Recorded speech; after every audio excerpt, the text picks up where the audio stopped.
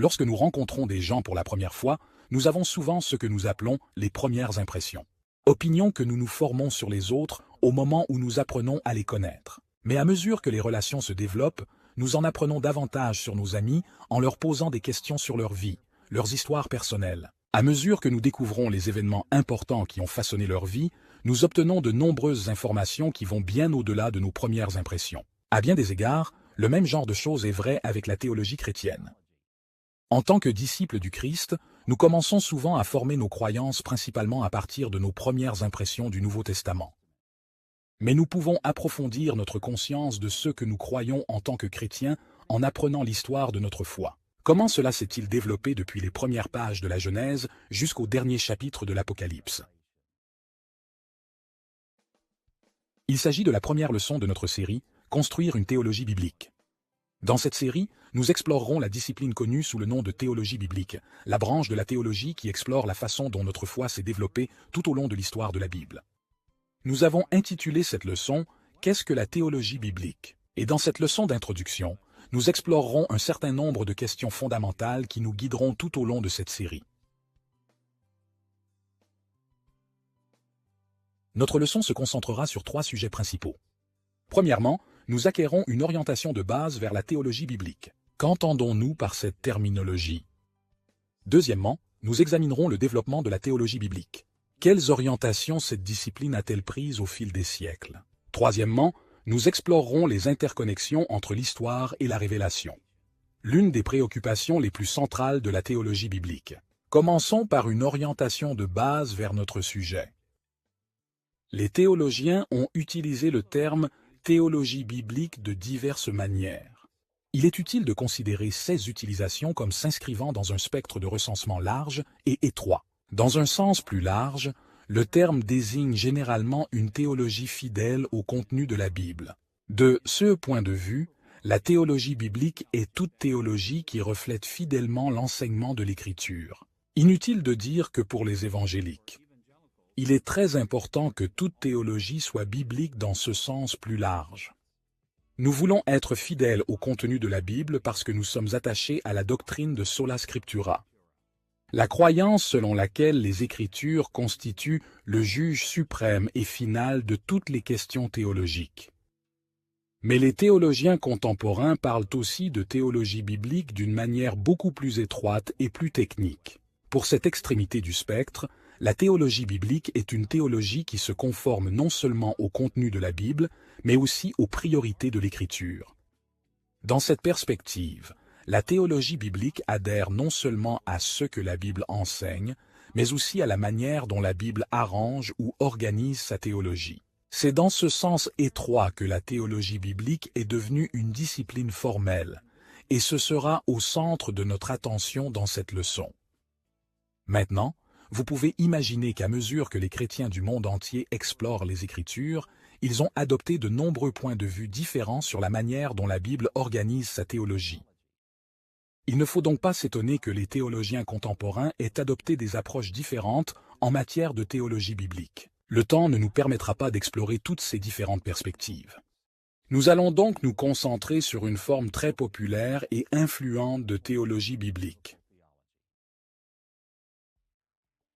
Pour les besoins de nos leçons, nous pouvons définir ainsi cette forme importante de théologie biblique. La théologie biblique est une réflexion théologique tirée de l'analyse historique des actes de Dieu rapportés dans les Écritures. Cette définition comprend au moins 3 éléments. Premièrement, la théologie biblique repose sur une stratégie interprétative de l'Écriture que nous appellerons analyse historique. Deuxièmement, cette analyse historique s'intéresse particulièrement aux actes de Dieu trouvés dans la Bible. Troisièmement, la théologie biblique implique une réflexion théologique sur les actions divines dans les Écritures. Pour mieux comprendre cette approche de l'Écriture, nous examinerons ces 3 aspects de notre définition. Premièrement, nous explorerons ce que nous entendons par analyse historique. Deuxièmement, nous examinerons ce que nous entendons par acte de Dieu. Et troisièmement, nous explorerons les types de réflexions théologiques qui ont lieu dans la théologie biblique. Considérons d'abord le fait que la théologie biblique est tirée de l'analyse historique de l'Écriture. Pour comprendre ce que nous entendons par analyse historique, nous devons revoir certaines perspectives générales que nous avons présentées dans d'autres séries. Dans notre série « Construire une théologie systématique », nous avons vu que le Saint-Esprit a conduit l'Église à poursuivre les exégèses de l'Écriture de trois manières principales, l'analyse littéraire, l'analyse historique et l'analyse thématique. Comme nous l'avons dit à plusieurs reprises, les chrétiens utilisent toujours ces trois approches en combinaison les unes avec les autres. Mais par souci de discussion, il est utile de les traiter séparément. L'analyse littéraire considère les Écritures comme une image, un portrait littéraire conçu par leurs écrivains humains pour influencer les lecteurs de manière particulière. L'analyse historique considère les Écritures comme une fenêtre sur l'histoire, explorant les événements historiques qui se cachent derrière la Bible. Et l'analyse thématique considère davantage la Bible comme un miroir qui reflète nos intérêts et nos questions. La théologie systématique est une discipline formelle qui s'appuie principalement sur l'analyse thématique. Les systématiciens mettent l'accent sur les thèmes et les priorités chrétiennes traditionnelles qui se sont développées tout au long de l'histoire de l'Église. Ils abordent généralement les Écritures à la recherche de réponses à une longue liste de questions ou de thèmes très traditionnels. En revanche, la théologie biblique aborde les Écritures principalement avec une analyse historique. Elle considère la Bible comme une fenêtre donnant accès à l'histoire. Comme nous le verrons dans cette série, lorsque l'accent des exégèses passe des thèmes théologiques traditionnels aux événements historiques décrits dans la Bible, un ensemble très différent de priorités et de préoccupations émerge. Même si une bonne théologie biblique ne contredit pas une bonne théologie systématique, elle conduit néanmoins à des perspectives théologiques sensiblement différentes. Ayant vu que la théologie biblique est basée sur l'analyse historique des Écritures, nous devrions nous tourner vers le fait qu'elle s'intéresse principalement aux actes de Dieu. La Bible rapporte de nombreux types d'événements historiques, mais la théologie biblique se demande principalement ce que les Écritures disent que Dieu a fait. Parce que les chrétiens répondent à cette question de différentes manières, nous devons nous arrêter un instant pour réfléchir à ce que la Bible enseigne sur les actes de Dieu dans l'histoire. Une manière traditionnelle et utile de parler de l'activité de Dieu dans l'histoire apparaît dans la Confession de foi de Westminster, chapitre 5, paragraphe 3. Sa description de l'activité de Dieu dans le monde nous donne un résumé pratique de certaines perspectives importantes. Écoutez la manière dont la providence de Dieu y est décrite. Dans sa providence, Dieu se sert habituellement de moyens. Cependant, il est libre d'agir, s'il lui plaît, sans moyens, ou en plus d'eux, ou à l'encontre d'eux. Notez ici que la confession de foi énumère 4 grandes catégories de providence divine. L'implication de Dieu dans l'histoire ou ce que nous pouvons appeler des actes de Dieu. Il identifie ces 4 catégories en fonction de la manière dont Dieu s'implique dans des moyens qui sont des instruments ou des causes créées. À une extrémité du spectre, la confession mentionne premièrement que Dieu utilise habituellement des moyens. En d'autres termes, Dieu accomplit ses desseins dans l'histoire en agissant à travers diverses parties de la création. Cette catégorie comprend des éléments tels que les événements naturels et l'activité quotidienne des créatures. Deuxièmement, la confession parle de Dieu agissant sans moyens, intervenant directement dans le monde sans utiliser aucun moyen normal. Par exemple, parfois dans les Écritures, Dieu inflige des maladies aux gens et les guérit sans aucun instrument apparent de créature. Troisièmement, la confession parle de Dieu agissant dans l'histoire au-dessus des moyens, prenant quelque chose d'assez ordinaire et le rendant plus grand. Par exemple, la naissance surnaturelle d'Isaac s'est produite lors de l'union de Sarah avec Abraham, mais cela s'est produit dans sa vieillesse, alors qu'elle avait largement dépassé l'âge normal pour avoir des enfants. Et quatrièmement, la confession parle de Dieu agissant contre les moyens, provoquant des choses qui se produisent d'une manière contraire aux opérations normales de la création. Par exemple, à l'époque de Josué, Dieu a agi à l'encontre des schémas normaux de la nature lorsqu'il a arrêté le soleil. Ces 4 catégories de la providence de Dieu nous aident à clarifier ce que nous entendons par acte de Dieu. Il y a des moments où Dieu agit par des moyens. De tels événements semblent souvent avoir peu d'implication de la part de Dieu, bien qu'il les contrôle toujours dans les coulisses. Mais d'autres actes divins sont plus dramatiques. Quand Dieu travaille sans, au-dessus et même contre les forces créatrices. Nous appelons communément ces événements des interventions divines ou des miracles. Lorsque les théologiens bibliques se concentrent sur les actes de Dieu dans les Écritures, ils prêtent attention à l'ensemble de cette gamme d'activités divines, mais de manière inégale. S'il est vrai qu'ils réfléchissent parfois à des événements ordinaires où Dieu a travaillé par des moyens, ils se concentrent principalement sur des actes extraordinaires de Dieu. Les moments où Dieu travaille sans, au-dessus et contre les moyens ordinaires. Plus l'œuvre de Dieu est spectaculaire, plus les théologiens bibliques ont tendance à la mettre en valeur. Des événements comme la création, l'exode d'Égypte, la conquête de Canaan, la naissance, la vie, la mort, la résurrection et l'ascension du Christ ressortent dans les pages des Écritures comme des moments où Dieu est intervenu de façon dramatique dans l'histoire. Ainsi, lorsque nous disons que la théologie biblique attire l'attention sur les actes de Dieu, ce type d'acte extraordinaire de Dieu est au premier plan de nos préoccupations. Maintenant que nous avons vu que la théologie biblique examine la Bible à travers une analyse historique et se concentre sur les actes extraordinaires de Dieu rapportés dans les Écritures, nous devrions nous tourner vers la troisième dimension de notre définition. Le fait que la théologie biblique implique une réflexion théologique sur ces questions. En théologie biblique, la réflexion théologique est basée sur l'analyse historique des actes de Dieu dans l'Écriture. Mais l'analyse historique peut prendre différentes formes. Il est utile de penser à au moins 2 tendances principales, l'analyse historique factuelle et l'analyse historique théologique. Ces 2 tendances vont de pair, mais leurs principales préoccupations sont bien différentes. Considérons d'abord ce que nous entendons par analyse historique factuelle. Le plus souvent, les dirigeants modernes de la Bible adoptent une approche factuelle de l'histoire biblique. C'est-à-dire qu'ils s'intéressent à la manière dont les événements rapportés dans les Écritures s'inscrivent dans l'environnement plus large de l'ancien Proche-Orient.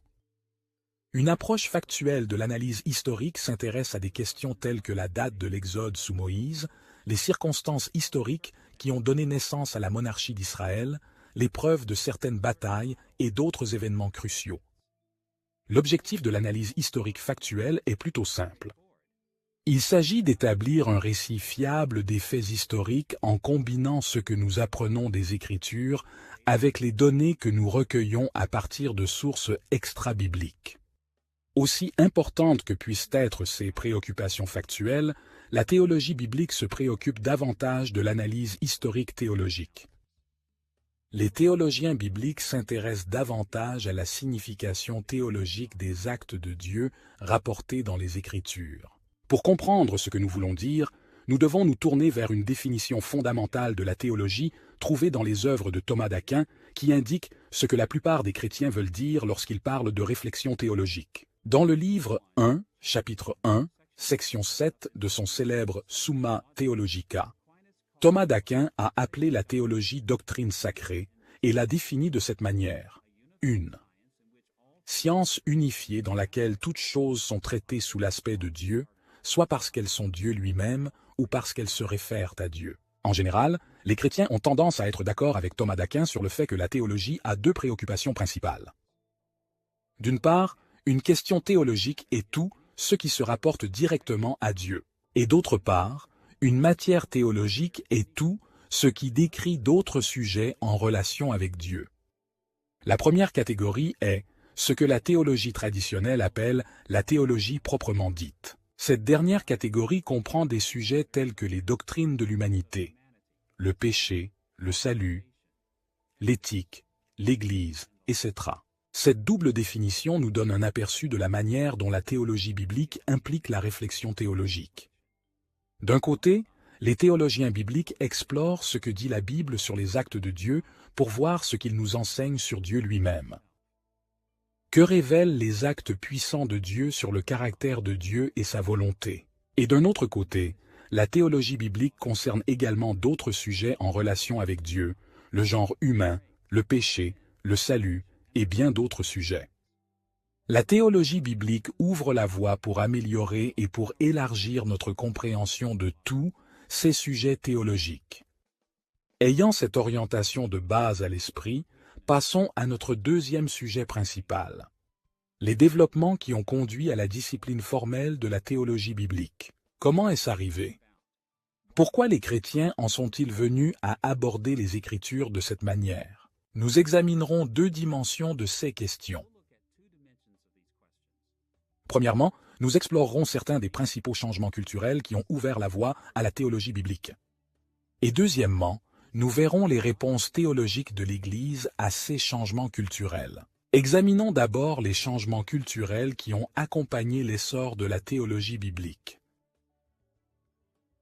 Nous devons toujours nous rappeler que les théologiens chrétiens ont cherché à juste titre à remplir leur grande mission, en reformulant la théologie chrétienne de manière à bien communiquer avec leur culture contemporaine. Dans d'autres leçons, nous avons vu que la théologie systématique est née des tentatives de l'Église antique et médiévale d'apporter la vérité du Christ au monde méditerranéen alors qu'elle était dominée par le néoplatonisme et par l'aristotélisme.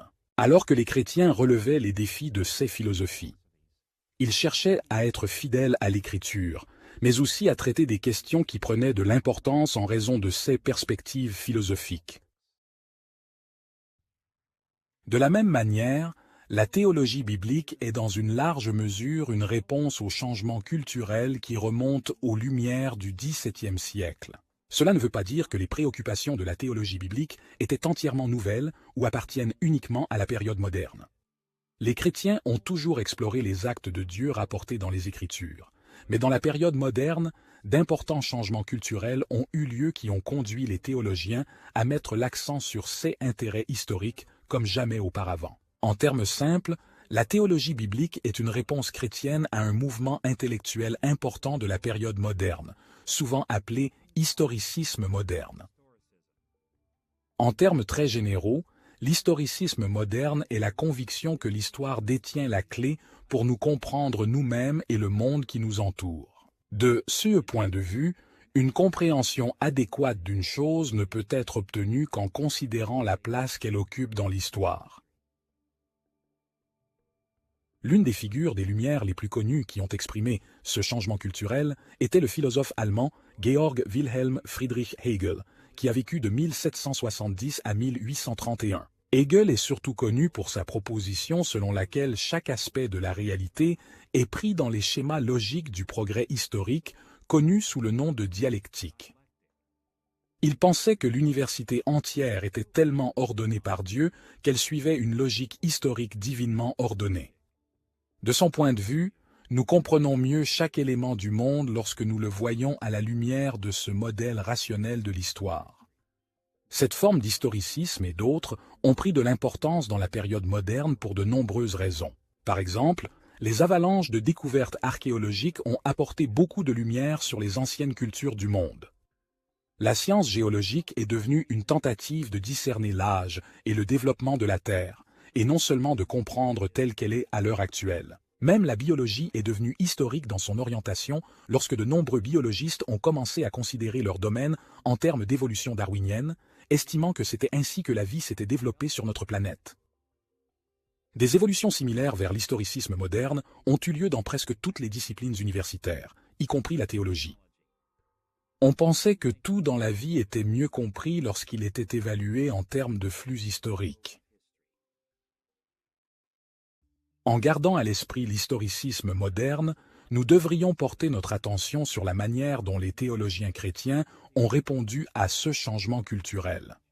Quel effet l'historicisme a-t-il eu sur la manière dont les chrétiens abordent la théologie, en particulier sur la manière dont ils interprétaient la Bible? L'historicisme a eu d'innombrables effets sur la théologie chrétienne moderne.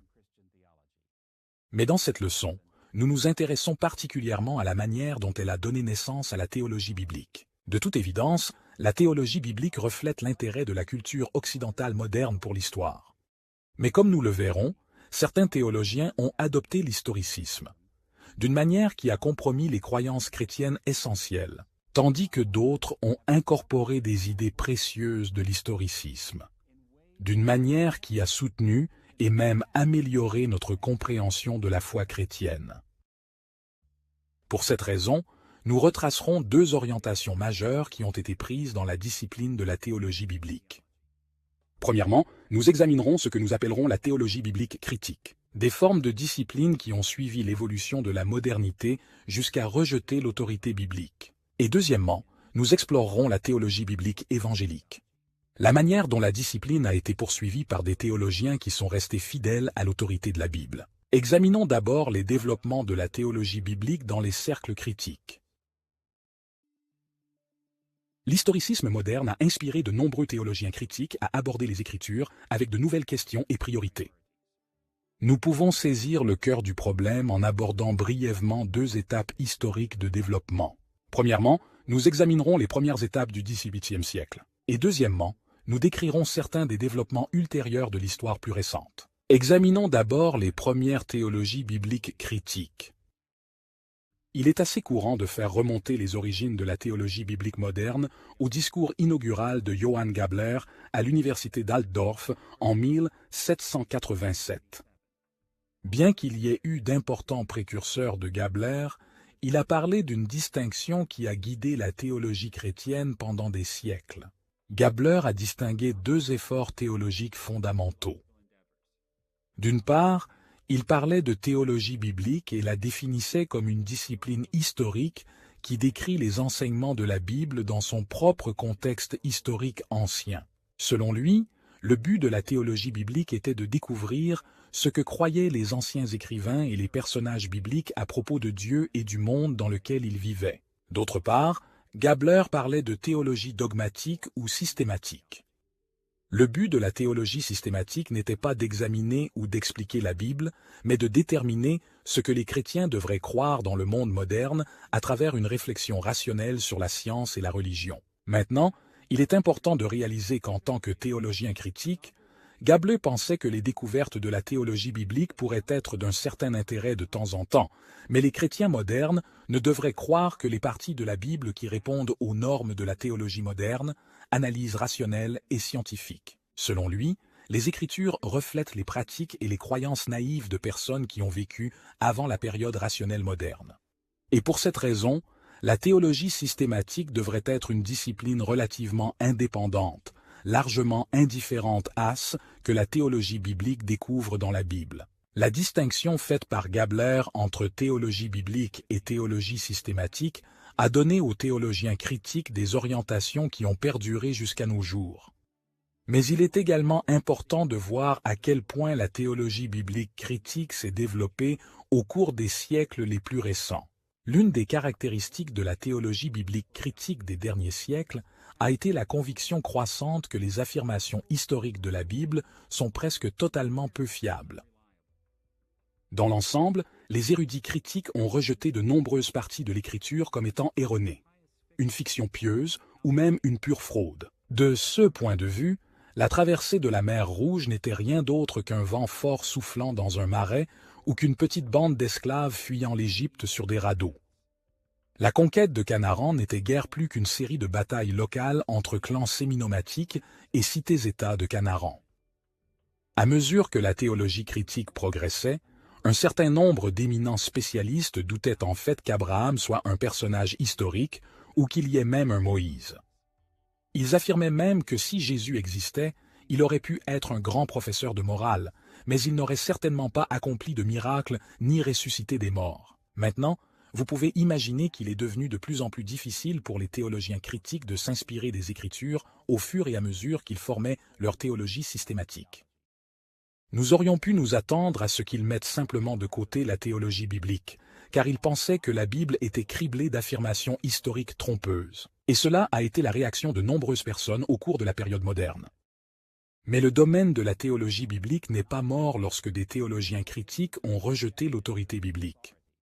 Au lieu de cela, ils ont trouvé d'autres moyens d'utiliser les Écritures pour la théologie contemporaine. Au lieu de considérer la Bible comme une véritable histoire, ils ont commencé à considérer les Écritures comme des expressions d'anciens sentiments religieux, présentés comme des affirmations historiques. Et ils ont exploré comment ces anciens sentiments et ces expériences religieuses pourraient être utiles aux chrétiens modernes. G. Ernest Wright, un éminent théologien biblique du XXe siècle, a exprimé ce point de vue lorsqu'il a défini la théologie biblique de cette manière dans son livre « Dieu qui agit ». La théologie biblique doit donc être définie comme le récit confessionnel des actes de Dieu dans une histoire particulière ainsi que l'accent qui en est tiré.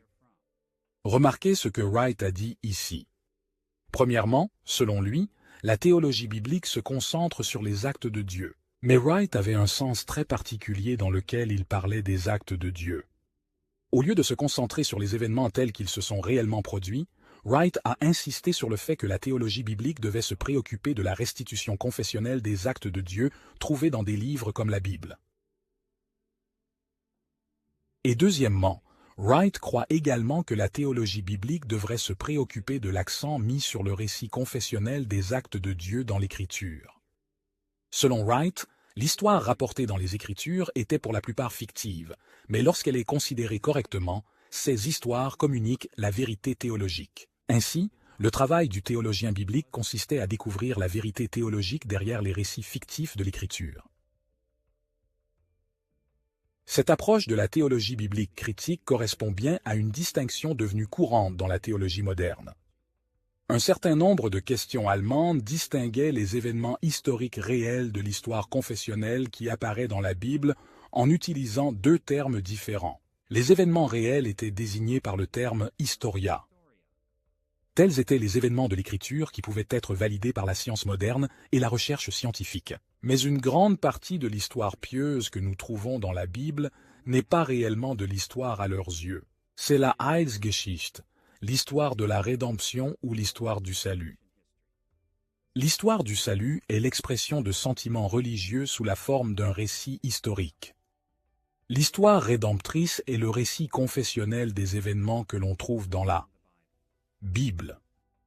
Aujourd'hui encore, la majorité des théologiens critiques, qui ne rejettent pas purement et simplement l'Écriture, traitent l'histoire de la Bible comme une Heilsgeschichte, une histoire rédemptrice, confessionnelle, une histoire comme une réflexion théologique. Tout en rejetant la fiabilité historique de l'Écriture, ils la récupèrent en quelque sorte pour leur théologie en explorant la manière dont elle reflète les sentiments religieux humains. Heilsgeschichte.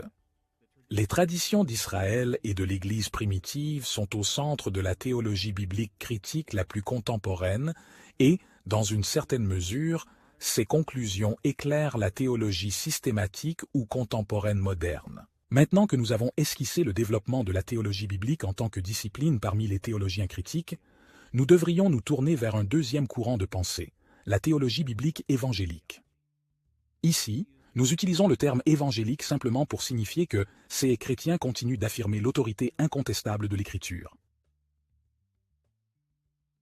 Heureusement, de nombreux chrétiens et de nombreuses branches de l'Église à travers le monde n'ont pas suivi le rejet critique de l'autorité biblique.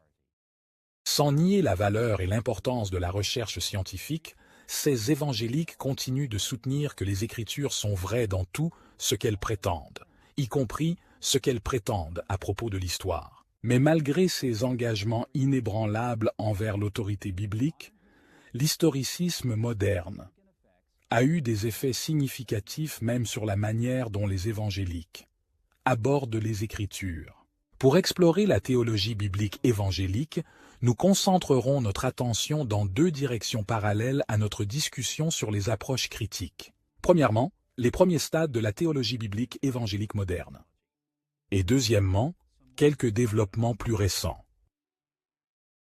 Nous aborderons les premiers stades de la théologie biblique évangélique en examinant les opinions très influentes de deux théologiens américains du XIXe siècle du séminaire théologique de Princeton. En premier lieu, nous allons esquisser les perspectives de Charles Hodge, et en second lieu, nous examinerons le point de vue de Benjamin B. Warfield. Commençons par examiner la façon dont Charles Hodge comprenait la théologie biblique. Charles Hodge vécut de 1797 à 1878 et se consacra principalement à la discipline de la théologie systématique. Écoutez la manière dont Hodge distingue la théologie biblique de la systématique dans l'introduction de ces 3 volumes de théologie systématique. Cela constitue la différence entre la théologie biblique et la théologie systématique. La fonction de la théologie biblique est de vérifier et d'énoncer les faits de l'Écriture.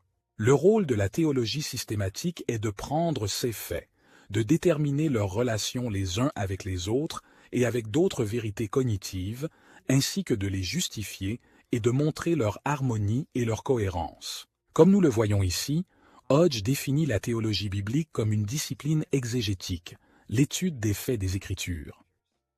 Et il définit également la théologie systématique comme la discipline qui prend les faits discernés dans la théologie biblique et les organise les uns par rapport aux autres en notant leurs diverses connexions logiques. Contrairement aux théologiens critiques, Hodge croyait en l'autorité des Écritures. Et son engagement envers l'autorité biblique l'a amené à enseigner que les chrétiens sont obligés de fonder la théologie systématique sur les découvertes de la théologie biblique. Au lieu de rejeter sélectivement telle ou telle partie de l'Écriture et d'en accepter d'autres, Hodge a insisté sur le fait que la théologie systématique doit se soumettre à toutes les découvertes que la théologie biblique a faites dans l'Écriture, en les mettant dans un ordre logique. Bien que de nombreuses perspectives de Hodge aient continué à influencer les évangéliques longtemps après sa mort, un changement significatif a eu lieu dans la théologie biblique évangélique sous l'influence de l'un de ses successeurs, Benjamin B. Warfield, qui a vécu de 1851 à 1921. Son expertise en études bibliques l'a équipé pour apporter des contributions significatives au concept évangélique de la théologie biblique. Écoutez la façon dont Warfield a parlé de la concaténation, ou de l'organisation de la théologie dans la Bible, dans son article influent « L'idée d'une théologie systématique ». Dans la 5e partie de cet article, il a écrit ces mots. La théologie systématique n'est pas une concaténation. Une organisation logique des données théologiques éparses fournies par le processus exégétique. C'est la combinaison des données déjà concaténées ou organisées logiquement qui lui sont fournies par la théologie biblique. Nous obtenons notre véritable systématique non pas en travaillant ensemble des déclarations dogmatiques distinctes dans l'Écriture, mais en les combinant dans leur ordre et leur proportion, tels qu'ils se présentent dans les diverses théologies des Écritures. Dans ce passage, Warfield a souligné au moins 3 points importants. Premièrement, la théologie systématique ne devrait pas être une concaténation ou une organisation de déclarations théologiques séparées ou déconnectées trouvées dans la Bible. Avant Warfield, les évangéliques avaient tendance à considérer la Bible comme une ressource pour des propositions théologiques systématiques. Et ils ont organisé ces propositions selon les modèles traditionnels de la théologie systématique. Les enseignements de la Bible ont été résumés de manière à les traiter comme des données brutes. Mais Warfield a souligné que l'enseignement de l'Écriture était déjà logiquement organisé dans la Bible elle-même. La Bible n'est pas un ensemble désorganisé de propositions. Elle a sa propre organisation logique et ses propres perspectives théologiques. Deuxièmement, du point de vue de Warfield, il n'y a pas qu'une seule façon d'organiser la théologie dans les Écritures. Certes, la Bible ne se contredit jamais. Tous ces enseignements sont harmonieux. Mais comme il le dit, la théologie biblique traite de diverses théologies des Écritures. Les auteurs humains des livres bibliques ont exprimé leur vue théologique de manière différente, quoique complémentaire. Leurs écrits reflétaient des vocabulaires, des structures et des priorités variées. La manière dont l'apôtre Paul exprimait la théologie n'était pas exactement la même que celle d'Ésaïe. Matthieu a exprimé la théologie avec des termes, une emphase et des perspectives différentes de ceux de Moïse. Troisièmement, parce que la théologie biblique discerne diverses théologies dans l'Écriture, la tâche de la véritable systématique était de combiner les multiples systèmes théologiques de l'Écriture en un tout unifié. La théologie systématique devait incorporer les théologies de la Bible dans leur ordre et leur proportion. En termes simples, Warfield croyait que la théologie biblique consiste à discerner les différents systèmes théologiques présentés dans les Écritures. Et la théologie systématique consiste à combiner toutes les différentes théologies de l'Écriture en un tout unifié englobant. Depuis l'époque de Warfield jusqu'à nos jours, les théologiens bibliques évangéliques ont essentiellement suivi ce modèle de base. Ils ont cherché à découvrir les perspectives théologiques distinctives des différentes parties de la Bible et ont conçu la théologie systématique comme un effort visant à rassembler toutes les théologies de la Bible dans un système unifié. En gardant à l'esprit Hodge et Warfield, nous pouvons maintenant nous tourner vers d'autres développements qui ont eu lieu plus récemment dans la théologie biblique évangélique. Sans aucun doute, un théologien biblique a eu plus d'influence que tout autre sur la théologie biblique évangélique contemporaine. Gerhardus Voss, qui vécut de 1862 à 1949. En 1894, Gerhardus Voss reçut la première chaire de théologie biblique du séminaire théologique de Princeton. Il s'est appuyé sur les travaux de Hodge et Warfield, mais il a également orienté la discipline vers de nouvelles directions. D'une manière générale, Voss était d'accord avec Hodge et Warfield sur le fait que la théologie biblique découvre l'enseignement de l'Écriture et donne des conseils faisant autorité à la théologie systématique. Et au-delà de cela, Voss était également d'accord avec Warfield sur le fait qu'une théologie biblique solide discernera diverses théologies de la Bible qui doivent être rassemblées en un tout unifié dans la théologie systématique. Mais Voss se distinguait de ses précurseurs en attirant l'attention sur un fil conducteur qui traverse toutes les différentes théologies de la Bible. Il a fait valoir que les différentes théologies de l'Écriture avaient un point commun sur l'histoire de la rédemption. Il croyait que l'histoire avec l'accent puissant de Dieu constituait le cœur de l'enseignement de chaque partie de la Bible. Pour cette raison, Voss a enseigné que la théologie biblique devrait se concentrer sur la manière dont chaque écrivain biblique s'est préoccupé des actes puissants de Dieu. Comme Voss l'a dit dans son discours inaugural en 1894, la théologie systématique s'efforce de construire un cercle. La théologie biblique cherche à reproduire une ligne, comme la véritable relation entre la théologie biblique et systématique. La dogmatique est la couronne qui naît de tout le travail que la théologie biblique peut accomplir. Selon Voss, la théologie biblique se concentre sur la manière dont les écrivains bibliques réfléchissent à l'histoire. Ils discernent les différentes perspectives de la Bible sur les grands actes de Dieu dans l'histoire et la signification théologique de ces actes divins. Ensuite, la théologie systématique rassemble tout ce que la Bible enseigne sur l'histoire de la rédemption dans un système théologique unifié, dans presque toutes les branches de l'évangélisme. La théologie biblique continue d'avoir cet objectif fondamental. Maintenant que nous avons vu comment la théologie biblique évangélique contemporaine se concentre sur l'histoire de la rédemption comme pièce maîtresse de l'Écriture, nous sommes en mesure d'aborder notre troisième sujet principal de cette leçon. Comment les théologiens bibliques évangéliques comprennent la relation entre histoire et révélation. Il est peu probable qu'il y ait deux concepts plus centraux dans la théologie biblique que l'histoire et la révélation. Comme nous l'avons vu, la théologie biblique se concentre sur l'histoire comme fil conducteur de toute l'Écriture. L'une des raisons de cette focalisation sur l'histoire est la compréhension que dans les Écritures, la révélation de Dieu par Dieu est profondément liée aux événements historiques. Pour comprendre la relation entre histoire et révélation dans la théologie biblique, nous examinerons deux questions. Premièrement, nous verrons comment les théologiens bibliques définissent la révélation comme un acte et une parole. Et deuxièmement, nous explorerons les contours de l'histoire et de la révélation dans la Bible. Considérons d'abord l'idée selon laquelle la révélation divine est à la fois un acte et une parole. Pour explorer ces concepts importants, nous aborderons trois sujets. Premièrement, nous verrons comment l'Écriture parle de ce que nous appellerons l'acte de révélation. Deuxièmement, nous verrons la nécessité de ce que nous appellerons la révélation de la parole ou la révélation verbale. Et troisièmement, nous examinerons les interconnexions entre l'acte et la parole de révélation. Tournons-nous d'abord vers le concept d'acte de révélation.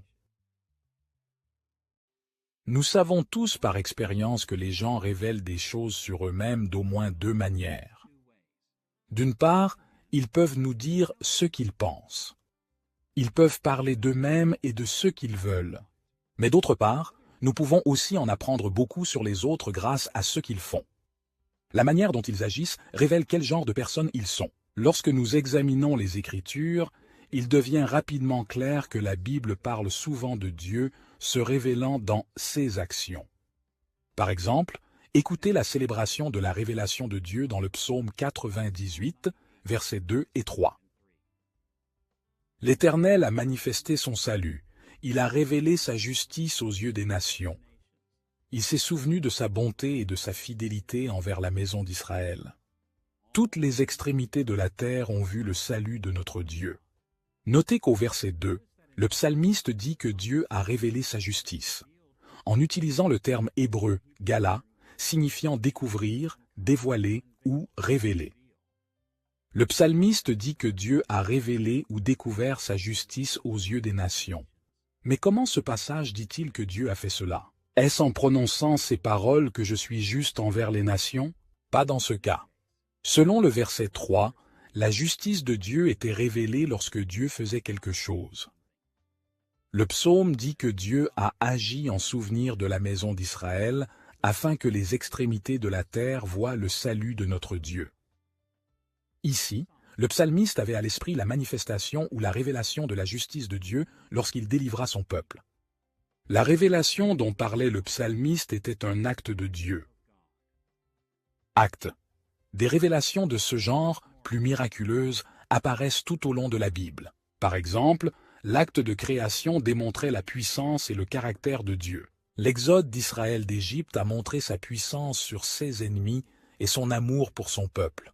De la même manière, l'établissement de la dynastie de David, l'exil d'Israël et de Juda, le retour d'exil, l'incarnation du Christ, la mort et la résurrection du Christ, tout cela, et bien d'autres événements rapportés dans les Écritures, révèlent le caractère et la volonté de Dieu. Ce concept d'acte de révélation est essentiel à la théologie biblique. À première vue, il n'est peut-être pas clair que ce passage à l'acte de révélation ait des effets très importants sur la théologie chrétienne. Nous devrions donc nous arrêter un instant pour voir quelle différence cette concentration a fait. Une façon de comprendre l'importance de cette orientation historique moderne est de considérer la doctrine de la théologie proprement dite, le concept de Dieu lui-même, et de voir comment la théologie systématique et la théologie biblique abordent ce sujet.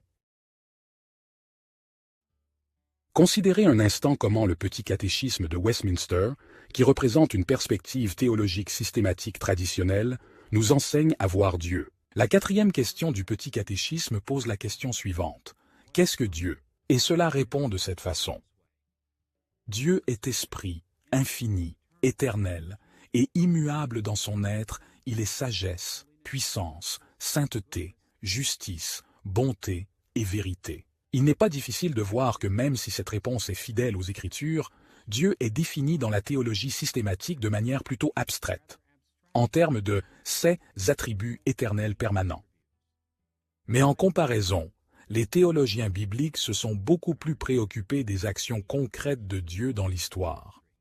Et cette focalisation sur l'acte de révélation a conduit à une insistance différente dans la théologie proprement dite. Lorsqu'on demande aux théologiens bibliques évangéliques typiques « Qu'est-ce que Dieu ?» ils n'auraient pas tendance à répondre comme le petit catéchisme de Westminster. Ils ne seraient pas en désaccord avec ce point de vue, mais leur accent est beaucoup plus historique. Les théologiens bibliques sont beaucoup plus enclins à dire quelque chose comme « Dieu est celui qui a délivré Israël de l'esclavage en Égypte ». Dieu est celui qui a jugé Israël en exil, ou pourrait-on dire « Dieu est celui qui a envoyé son Fils dans le monde ». Quoi qu'il en soit, plutôt que de penser à Dieu principalement en termes de ses attributs éternels. Les théologiens bibliques pensent à Dieu principalement en termes de ce qu'il a fait dans l'histoire. Et ce qui est vrai en théologie proprement dite s'étend à tous les aspects de la théologie biblique. En même temps, tandis que les théologiens bibliques évangéliques ont souligné l'importance de la révélation par acte. Ils ont également affirmé le besoin crucial de la révélation par parole, c'est-à-dire la révélation verbale de Dieu. Dans les Écritures, Dieu n'agit pas simplement. Il parle également de ses actions. Il explique ses actions avec des mots. La révélation verbale ou par parole est essentielle pour un certain nombre de raisons, mais nous mentionnerons seulement 2 choses sur les actions de Dieu qui rendent la révélation verbale si importante. D'une part, la signification ambiguë des événements, et d'autre part, la signification radiale des événements. Considérons d'abord comment l'ambiguïté des événements dans l'Écriture rend la révélation verbale nécessaire. Quand nous disons que les actes de Dieu sont ambigus, nous voulons dire que la signification de ses actions n'est pas toujours parfaitement évidente pour les êtres humains. Bien que Dieu comprenne toujours exactement ce qu'il fait, ses actions doivent être interprétées ou clarifiées par des mots afin que nous puissions comprendre leur signification. Prenons un exemple de la vie quotidienne. Imaginez que vous êtes assis dans une classe avec plusieurs autres élèves et que soudain, sans avertissement, l'un des élèves se lève. Il ne dit rien. Il se lève simplement. Bien sûr, vous ne saurez que penser de cet événement. C'est trop ambigu. Vous vous demandez probablement pourquoi est-il debout. Qu'est-ce qui se passe? En fait, le professeur arrêterait probablement le cours et demanderait à l'étudiant d'expliquer ce qu'il fait. En effet, chacun espérerait une communication verbale pour clarifier la portée de son action. De la même manière, les actes de Dieu rapportés dans les Écritures sont souvent ambigus pour les êtres humains limités et pécheurs. Eux aussi ont besoin d'une interprétation verbale, d'une explication avec des mots. Considérons par exemple l'époque où les Israélites revinrent d'exil à Babylone et commencèrent à reconstruire le temple. Dans Esdras, chapitre 3, versets 10 à 12, nous lisons ces mots. Lorsque les ouvriers posèrent les fondements du temple de l'Éternel, tout le peuple poussait de grands cris de joie en célébrant l'Éternel, mais plusieurs des sacrificateurs et des Lévites et des chefs de famille âgés qui avaient vu la première maison pleuraient à grand bruit pendant qu'on posait sous leurs yeux les fondements de cette maison. Beaucoup d'autres faisaient éclater leur joie par des cris. Nous voyons ici un événement de l'histoire biblique. Un acte puissant de Dieu dans la pose des fondations du temple après le retour d'Israël d'exil. Mais cet événement était ambigu pour ceux qui en étaient témoins. Certaines personnes ont vu la fondation du temple et se sont réjouies parce qu'elles pensaient que c'était une grande bénédiction. D'autres, cependant, pleuraient parce qu'ils voyaient que le nouveau temple ne serait jamais comparable au temple de Salomon. Sans communication verbale de Dieu, l'événement aurait pu être perçu d'une manière ou d'une autre. C'est pourquoi le livre d'Esdras passe autant de temps à expliquer la véritable signification de la construction du temple après l'exil. De la même manière, dans Marc chapitre 3 versets 22 et 23, nous lisons comment les exorcismes de Jésus ont été mal compris par certains et comment Jésus a donné la véritable interprétation de ses actions. Et les scribes qui étaient descendus de Jérusalem dirent « Il est possédé de Béelzébul, c'est par le prince des démons qu'il chasse les démons. » Jésus les appela et leur dit sous forme de parabole « Comment Satan peut-il chasser Satan ?» Certaines personnes témoins de ces grands actes de Dieu ont conclu à tort que les démons étaient exercés par la puissance de Satan, mais Jésus a accompagné ses actions de parole pour montrer clairement qu'il a agi par la puissance de Dieu. L'ambiguïté des actes de Dieu enregistrés dans la Bible aide à expliquer pourquoi la révélation des paroles accompagnait régulièrement la révélation des actes. La révélation verbale de Dieu expliquait les événements pour clarifier leur véritable signification. En plus d'être un peu ambiguë, la révélation de l'acte est également couplée à la révélation de la parole parce que les événements ont une signification radiale. À bien des égards, un événement de la Bible est comme une pierre jetée dans un étang. Tu sais ce qui se passe. L'eau ondule dans toutes les directions, touchant tout ce qui flotte à la surface de l'étang. L'effet de la chute de la pierre est radial. Il rayonne dans tout l'étang. De la même manière, les événements dans les Écritures sont radiaux et leur signification est variable. Prenons par exemple l'événement de la traversée de la mer Rouge par Israël. Nous savons tous comment les Écritures expliquent qu'il s'agissait là de la délivrance par Dieu de son peuple sous le pouvoir des Égyptiens, mais nous savons aussi que la perturbation des eaux de la mer Rouge a eu d'innombrables autres conséquences. Par exemple, cela a probablement affecté la vie marine de la région et a ainsi perturbé l'industrie de la pêche locale. Cette conséquence ne nous semble peut-être pas importante aujourd'hui, mais elle l'était pour les gens qui vivaient dans la région à cette époque. Plus que cela, la noyade de l'armée égyptienne a eu toutes sortes de significations pour les Égyptiens. Les femmes ont perdu leur mari, les enfants ont perdu leur père. Il est difficile d'imaginer les innombrables impacts de cet événement. Lorsque nous avons réalisé que des événements comme la traversée de la mer Rouge avaient une signification radiale, la question qui reste est la suivante. Sur laquelle de toutes ces significations devrions-nous nous concentrer? Quelle signification est la plus importante lorsque nous essayons de comprendre un événement dans les Écritures? La réponse est assez simple. Dieu a révélé à travers la parole de révélation les significations les plus importantes, qu'il voulait que son peuple comprenne.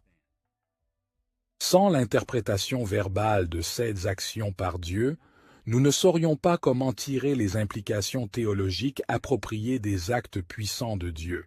Après avoir vu que l'acte et la parole de révélation s'accompagnent dans les Écritures, nous devrions maintenant tourner notre attention vers la façon dont ces deux formes de révélation s'interconnectent.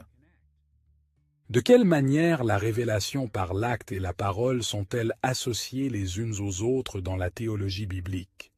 Pour nos besoins, nous parlerons de ces associations en termes de trois types de révélation de la parole. Premièrement, la révélation prospective de la parole, c'est-à-dire les mots qui précèdent les événements qu'ils expliquent. Deuxièmement, la révélation simultanée de la parole, ou des mots qui sont donnés à peu près en même temps que les événements qu'ils expliquent. Et troisièmement, la révélation rétrospective de la parole, des mots qui viennent après les événements qu'ils expliquent. En premier lieu, les Écritures donnent de nombreux exemples de moments où les paroles divines ont précédé les actions divines. Dans ces situations, la parole de Dieu expliquait ou interprétait un acte de Dieu avant qu'il ne se produise. Nous parlons souvent de ce type de révélation de la parole comme d'une prédiction. Parfois, la révélation prospective de la parole de Dieu parlait d'événements immédiats et souvent de personnes qui seraient directement ou indirectement témoins d'un événement. Par exemple, dans Exode chapitre 3, versets 7 et 8, avant que Moïse ne se rende en Égypte pour délivrer le peuple d'Israël, Dieu lui a dit ce qui allait se passer. L'Éternel dit : « J'ai vu la souffrance de mon peuple qui est en Égypte, et j'ai entendu les cris que lui font pousser ses oppresseurs, car je connais ses douleurs. Je suis descendu pour le délivrer de la main des Égyptiens, et pour le faire monter de ce pays dans un bon et vaste pays, dans un pays où coule le lait et le miel. » Les paroles de Dieu à Moïse anticipaient ce que Dieu était sur le point de faire en Égypte. Il s'agissait de perspectives, prédisant la signification d'un futur acte de Dieu. En entendant ces paroles, Moïse devait se préparer à revoir son travail en Égypte d'une manière particulière. Il devait être l'instrument de la délivrance de Dieu pour Israël. Ses prochains efforts en Égypte n'étaient pas un simple événement humain. Il ne devait pas réduire son ministère à quelque chose de moins que ce qu'il était réellement. Un acte puissant de Dieu par lequel Israël serait amené aux bénédictions de la terre promise. À d'autres moments, la révélation de la parole selon la perspective de Dieu parlait d'événements dans un avenir lointain, si lointain que ceux qui entendaient pour la première fois sa parole ne feraient pas l'expérience de l'événement. Dans ces cas-là, la révélation par la parole est arrivée plus longtemps avant la révélation par l'acte. Par exemple, le prophète Ésaïe a parlé de la venue du grand Messie de cette manière dans Ésaïe chapitre 9, versets 5 et 6. « Car un enfant nous est né, un fils nous est donné, et la domination reposera sur son épaule. On l'appellera admirable, conseiller, Dieu puissant, Père éternel, Prince de paix, donné à l'empire de l'accroissement, et une paix sans fin au trône de David et à son royaume. » Ici, Ésaïe parle d'un fils royal qui régnerait sur le peuple de Dieu et prolongerait son règne sans fin. Il a parlé de Jésus, le Messie, mais ces paroles ont été prononcées au moins 700 ans avant Jésus-Christ. Ils ont certainement donné de l'espoir au peuple de Dieu à l'époque d'Ésaïe, mais les gens qui ont entendu pour la première fois cette parole de révélation n'ont même pas vu l'action divine à laquelle elle faisait référence. Nous voyons donc que, de diverses manières, la révélation prospective de la parole de Dieu a été donnée pour être un aperçu de la signification des événements donnés à son peuple avant qu'ils n'aient lieu. Nous trouvons ce genre de révélation tout au long des Écritures. En deuxième lieu, il est également important de réaliser que parfois dans l'Écriture, Dieu parle simultanément, avec un événement. Bien entendu, les paroles et les actions de Dieu dans les Écritures se produisent rarement précisément au même moment. Mais Dieu parle souvent à proximité d'un événement pour le considérer comme simultané. Il a souvent donné sa parole révélée en agissant. Par exemple, écoutez les actions et les paroles de Dieu dans Exode chapitre 19, versets 18 à 20 et 1. La montagne de Sinaï était toute en fumée, parce que l'Éternel y était descendu au milieu du feu. Cette fumée s'élevait comme la fumée d'une fournaise, et toute la montagne tremblait avec violence. Le son de la trompette retentissait de plus en plus fortement. Moïse parlait, et Dieu lui répondait à haute voix. L'Éternel dit à Moïse, « Descends, fais au peuple la défense expresse de se précipiter vers l'Éternel, pour regarder, de peur qu'un grand nombre d'entre eux ne périssent. » L'acte puissant de Dieu dans ce passage est la démonstration de la puissance de Dieu dans le feu, la fumée et le violent tremblement au sommet du mont Sinaï. Alors que Dieu accomplissait ce grand acte, il a proclamé la parole de révélation qui expliquait la signification de ce qu'il faisait en avertissant les gens de ne pas s'approcher de la montagne.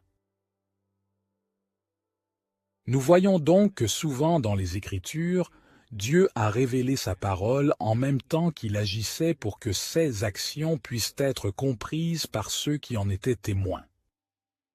En troisième lieu, il est également important d'être conscient du fait que la révélation de la parole de Dieu est souvent rétrospective, expliquant la signification des événements après qu'ils se soient produits. Dans ces cas-là, Dieu a fait quelque chose et en a ensuite parlé aux personnes qui ont vécu après ses actions. En fait, dans l'ensemble, c'est la manière la plus fréquente par laquelle la révélation de la parole divine nous parvient dans l'Écriture. Parfois, Dieu parlait juste après qu'un événement se soit produit. À ces moments-là, il se révélait souvent à des personnes qui avaient été témoins directement ou indirectement de ses actions. Par exemple, écoutez Exode chapitre 20, versets 2 à 3, où Dieu explique la signification de la délivrance d'Israël d'Égypte juste après qu'elle ait eu lieu. Nous y lisons ces paroles. « Je suis l'Éternel, ton Dieu, qui t'ai fait sortir du pays d'Égypte, de la maison de servitude. Tu n'auras pas d'autre Dieu devant ma face. » Le Seigneur a expliqué aux Israélites que l'expérience de la sortie d'Égypte n'était pas un événement ordinaire. C'était sa délivrance personnelle et directe. Au-delà de cela, cette révélation de la parole expliquait également l'une des implications de l'acte de délivrance de Dieu. Parce que Dieu les avait délivrés, Israël ne devait pas adorer d'autres dieux. L'exigence de loyauté envers Dieu était une parole rétrospective expliquant la signification de la grande délivrance d'Israël au peuple qui l'avait réellement vu. Pourtant, à d'autres moments, une révélation rétrospective lointaine de la parole est arrivée au peuple de Dieu, longtemps après qu'une révélation par un acte se soit produite. Il était remis à des personnes qui n'avaient pas vécu à l'époque des événements. Par exemple, dans Genèse chapitre 1 verset 27, nous lisons cette description de la création de l'humanité. Ainsi Dieu créa l'homme à son image. Il le créa à l'image de Dieu. Il créa l'homme et la femme. Les premiers destinataires de cette parole rétrospective étaient les Israélites qui suivirent Moïse après l'Exode. Et ils vécurent des milliers d'années après la création d'Adam et d'Ève. Néanmoins, Dieu a fourni cette révélation de la parole pour les informer sur le rôle originel de l'humanité dans la création. De diverses manières, la parole de Dieu suit souvent ses actions et accorde la compréhension à son peuple après que les événements se produisent. Ce genre de révélation verbale apparaît tout au long des Écritures. Ayant vu que la théologie biblique souligne la façon dont l'histoire et la révélation sont interconnectées dans les Écritures, nous devons nous tourner vers une deuxième question, les contours de l'histoire et de la révélation dans la Bible. La Bible mentionne des centaines de milliers d'événements sur des milliers d'années. Et l'une des tâches de la théologie biblique est de discerner les modèles et les contours de ces nombreux événements. Pour explorer la manière dont les théologiens bibliques ont compris les contours de l'histoire dans l'Apocalypse et les Écritures, nous aborderons 3 questions. Premièrement, le but de la révélation de Dieu dans l'histoire des Écritures. Deuxièmement, la montée et la chute de la révélation dans les Écritures. Et troisièmement, le développement organique de la révélation dans l'Écriture. Considérons d'abord le but de l'histoire dans la Bible. Il ne fait aucun doute, à la lecture de passages des Écritures, que Dieu a orienté l'histoire vers de nombreux objectifs plutôt immédiats. Au jour de Noé, il a agi pour apporter un nouveau départ au monde. Son but en se révélant à Abraham était d'appeler un peuple spécial à lui. Le but de la délivrance d'Israël de l'Ancien Testament d'Égypte était d'établir son peuple spécial dans l'Ancien Testament en tant que nation dans la terre promise. Le but du choix de David et de ses fils comme dynastie permanente d'Israël était d'amener son peuple à la gloire impériale. Le but de la vie, de la mort et de la résurrection de Jésus était d'assurer le salut éternel au peuple de Dieu. À chaque étape de l'histoire biblique, Dieu avait des buts qui guidaient son acte et sa parole de révélation. Les théologiens bibliques passent une grande partie de leur temps à définir ces divers objectifs. Mais en même temps, dans Romains 11, verset 36, l'apôtre Paul souligne le but ultime de l'histoire. C'est de lui, par lui, et pour lui que sont toutes choses, à lui la gloire dans tous les siècles. Amen. Comme Paul l'a dit ici, toutes choses viennent de Dieu au commencement. Toutes choses continuent leur existence maintenant grâce à la puissance de Dieu qui les soutient. Et toutes choses lui appartiennent, c'est-à-dire qu'elles sont pour la gloire et la louange de Dieu. En un mot, Dieu ordonne l'histoire de sa création de telle sorte qu'elle lui apportera finalement une gloire incommensurable. Différents théologiens bibliques ont décrit ce dessein divin primordial de différentes manières. Par exemple, certains parlent de manière plutôt générique de l'eschatologie, ou des derniers jours comme étant au centre des Écritures. D'autres ont soutenu de diverses manières que la Bible est christocentrique et centrée sur le Christ.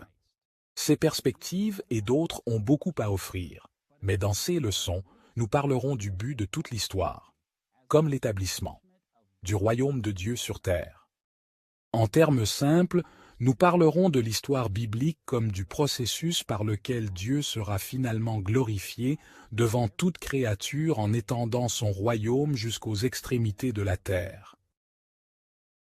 Nous savons tous que Jésus nous a appris à prier dans ce sens dans Matthieu chapitre 6, verset 10, où il a prononcé ces paroles. « Que ton règne vienne, que ta volonté soit faite sur la terre comme au ciel. » Le but divin de toute l'histoire du monde est l'extension du règne céleste parfait de Dieu à tous les coins de la terre. Lorsque la volonté de Dieu sera accomplie aussi parfaitement sur terre qu'au ciel, chaque créature s'inclinera devant Dieu et l'honorera en tant que roi divin, le Créateur suprême de tous. À ce moment-là, le but ultime de l'histoire sera atteint. Bien que chaque événement dans l'univers se dirige vers cette grande fin, les Écritures elles-mêmes se concentrent particulièrement sur les événements qui sont au centre du dessein ultime de Dieu. Ils retracent comment certains événements historiques sont cruciaux pour atteindre l'objectif de propager le royaume de Dieu à travers le monde. Nous connaissons tous les contours fondamentaux de l'histoire biblique. Les premiers chapitres de la Bible décrivent la manière dont Dieu a commencé à transformer le monde chaotique en son royaume en ordonnant la création et en plaçant son image dans le jardin d'Éden et en ordonnant à l'humanité d'étendre le paradis d'Éden jusqu'aux extrémités de la terre. Mais les premiers chapitres de l'Écriture décrivent également comment l'humanité s'est rebellée contre cette mission divine et a amené la corruption et la mort dans le monde. Le reste de l'Ancien Testament rapporte comment Dieu a choisi Israël comme son peuple spécial et lui a demandé de diriger le reste de l'humanité dans l'expansion du royaume de Dieu jusqu'aux extrémités de la terre. Comme nous le dit l'Ancien Testament, Dieu a accompli beaucoup de choses à travers Israël, mais Israël a également lamentablement échoué. Malgré ces échecs, Dieu n'a pas abandonné son grand dessein. Comme le révèle le Nouveau Testament, Dieu a envoyé son Fils éternel dans le monde. Par sa mort, Dieu a rectifié l'échec du passé et a racheté le peuple de toutes les nations de la terre. Et à travers la résurrection et l'ascension du Christ, le ministère du Saint-Esprit à travers son corps, l'Église et son retour glorieux, le Christ accomplit la tâche initialement confiée à l'humanité. Comme nous le lisons dans Apocalypse chapitre 11, verset 15, Christ est salué comme celui qui amènera le royaume de Dieu sur terre comme au ciel. Le royaume du monde est remis à notre Seigneur et à son Christ, et il régnera au siècle des siècles.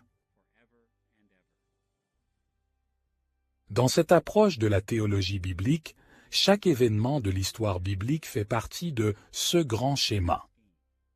La grande variété d'actions divines, grandes et petites, ordinaires et extraordinaires, trouvées dans la Bible, trouvent leur point culminant dans l'œuvre du Christ qui apportera la gloire ultime à Dieu à travers l'établissement de son royaume dans les nouveaux cieux et la nouvelle terre. Alors que le but de l'histoire biblique est d'apporter la gloire de Dieu en établissant son royaume mondial en Christ, nous devons aborder une deuxième dimension des contours de l'histoire biblique, la montée et la chute de la révélation de Dieu et de la parole. Peut-être êtes-vous allé à la plage et avez-vous regardé la marée monter sur le rivage. Il n'est pas difficile de remarquer que lorsque la marée de l'océan avance, elle ne le fait pas d'un seul coup. Des progrès sont réalisés, mais le mouvement vers l'avant de la cravate s'effectue au fur et à mesure que les vagues montent et descendent.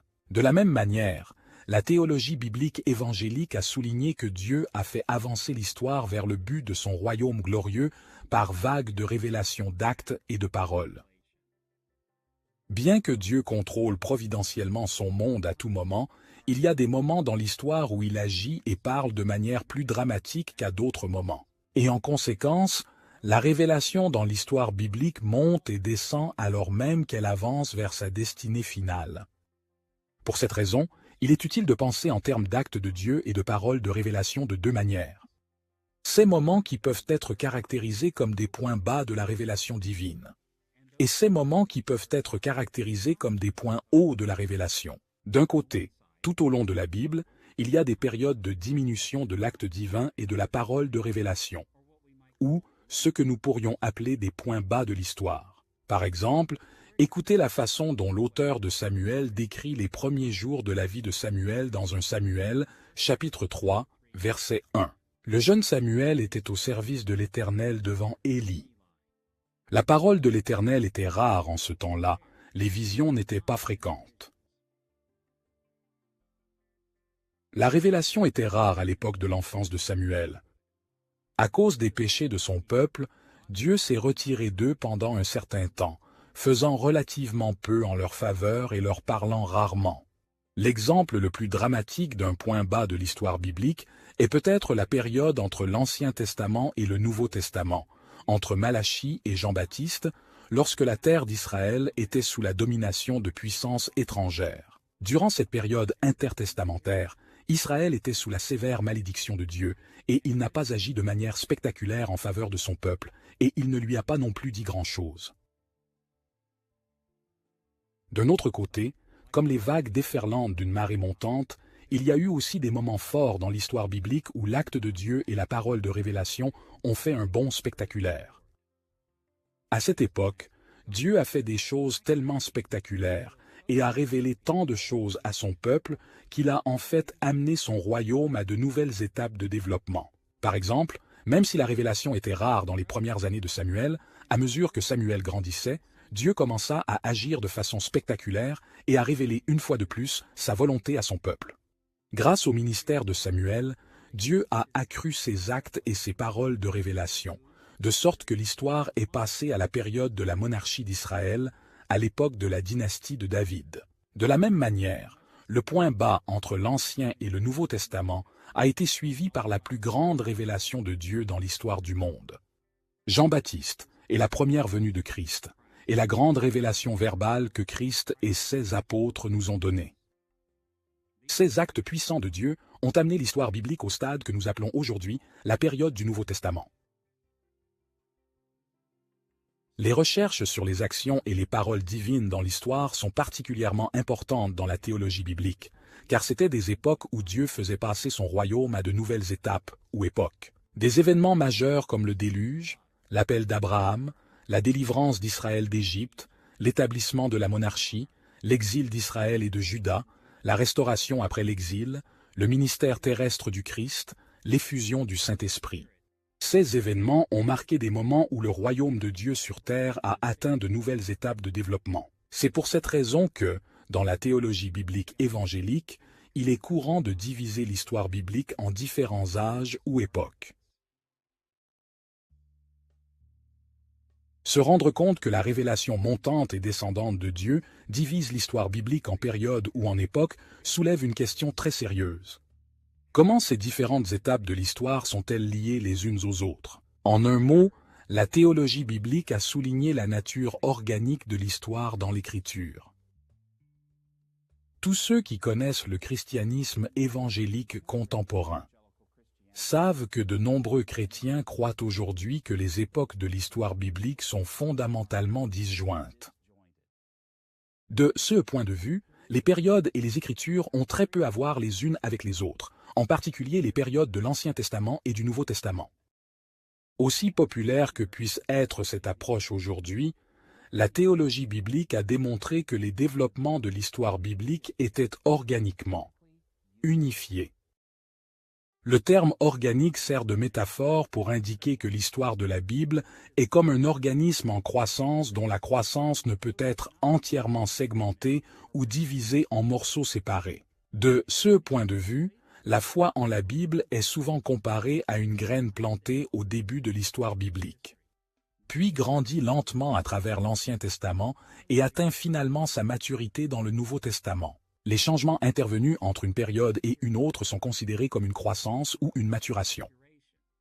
Cette croissance se produit de manière inégale à mesure que les poussées d'actes et de paroles de révélation déplacent l'histoire vers de nouvelles épopées, de la même manière que les plantes et les animaux poussent parfois plus rapidement que d'autres. Mais les périodes de l'histoire biblique ne sont pas des segments séparés ou discrets, n'ayant rien à voir avec l'histoire biblique l'un l'autre. Au lieu de cela, les étapes successives de la révélation sont l'épanouissement des étapes antérieures de la révélation.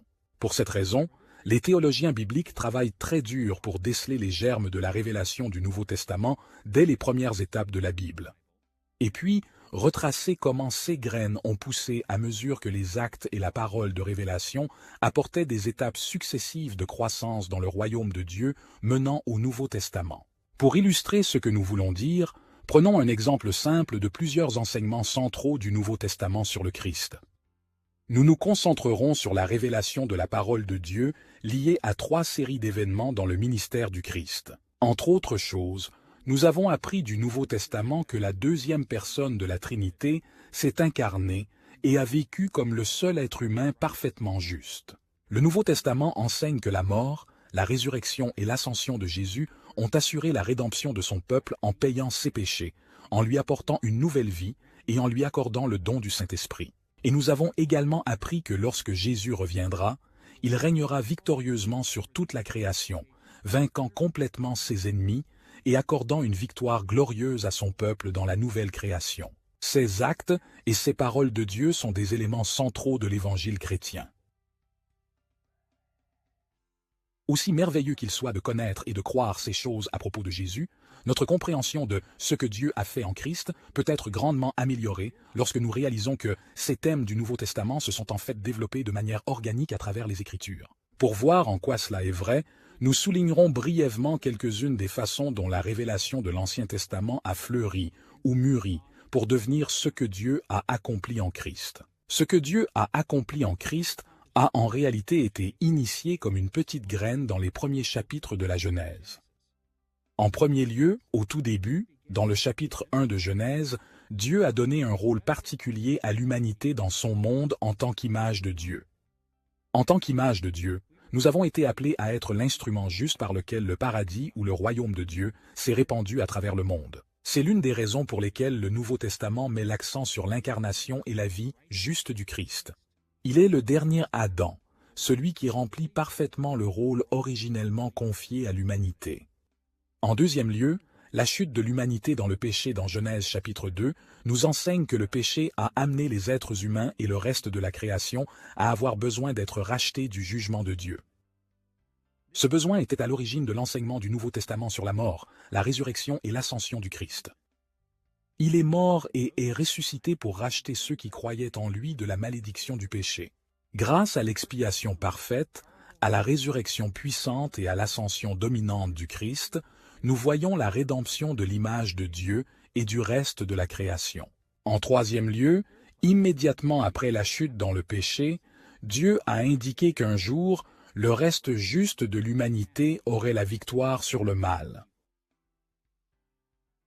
Dans Genèse chapitre 3 verset 15, nous lisons ces paroles que Dieu dit au serpent. « Et je mettrai inimitié entre toi et la femme, entre ta postérité et sa postérité. Celle-ci t'écrasera la tête, et tu lui blesseras le talon. » Ici, Dieu a déclaré que la race humaine se diviserait en la progéniture du serpent ou de Satan et la progéniture d'Ève.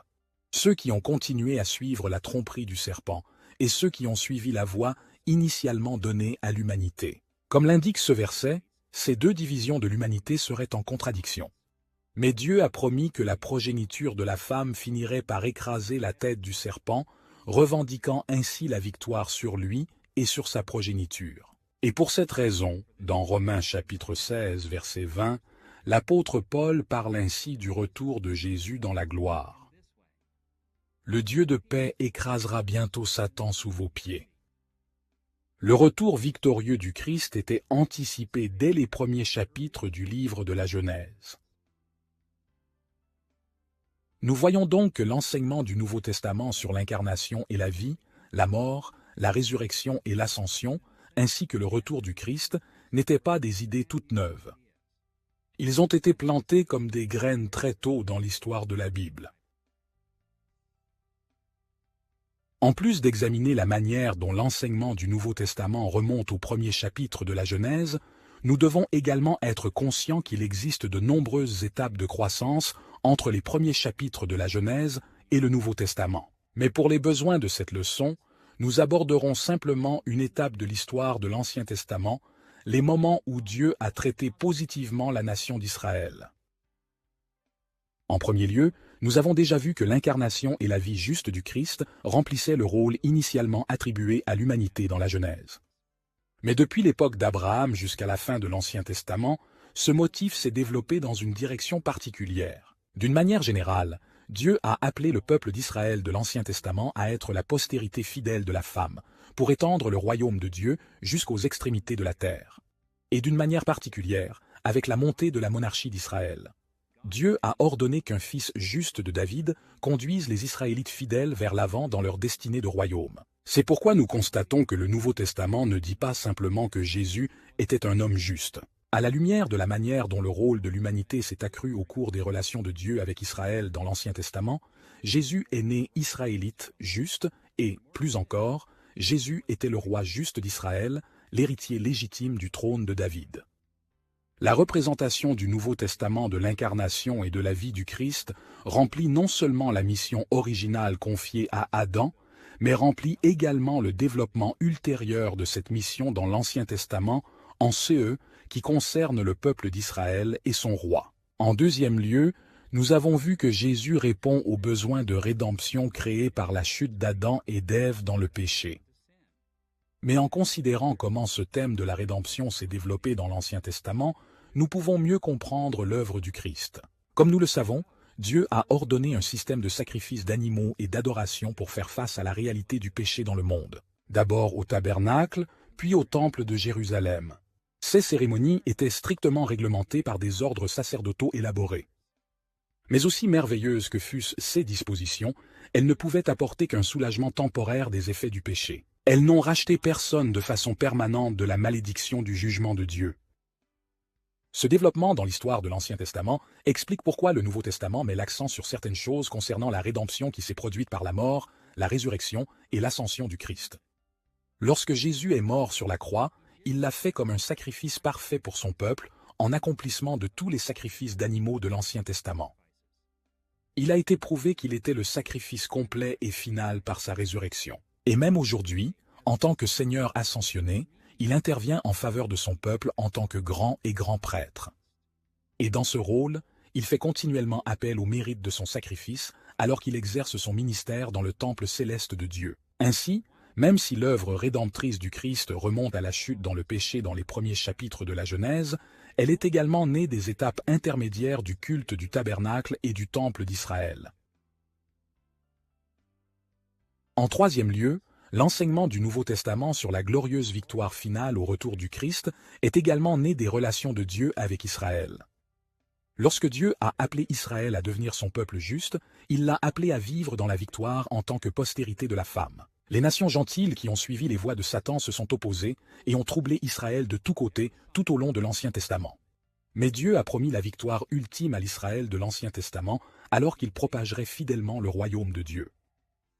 Pour cette raison, il n'est pas surprenant que le Nouveau Testament décrit la victoire finale en Christ dans les nouveaux cieux et la nouvelle terre comme l'arrivée de la nouvelle Jérusalem. Alors que l'Évangile est proclamé et que Juifs et gentils se soumettent à Jésus le Christ, il construit son Église en un seul corps et les guide vers l'état éternel final promis de victoire glorieuse.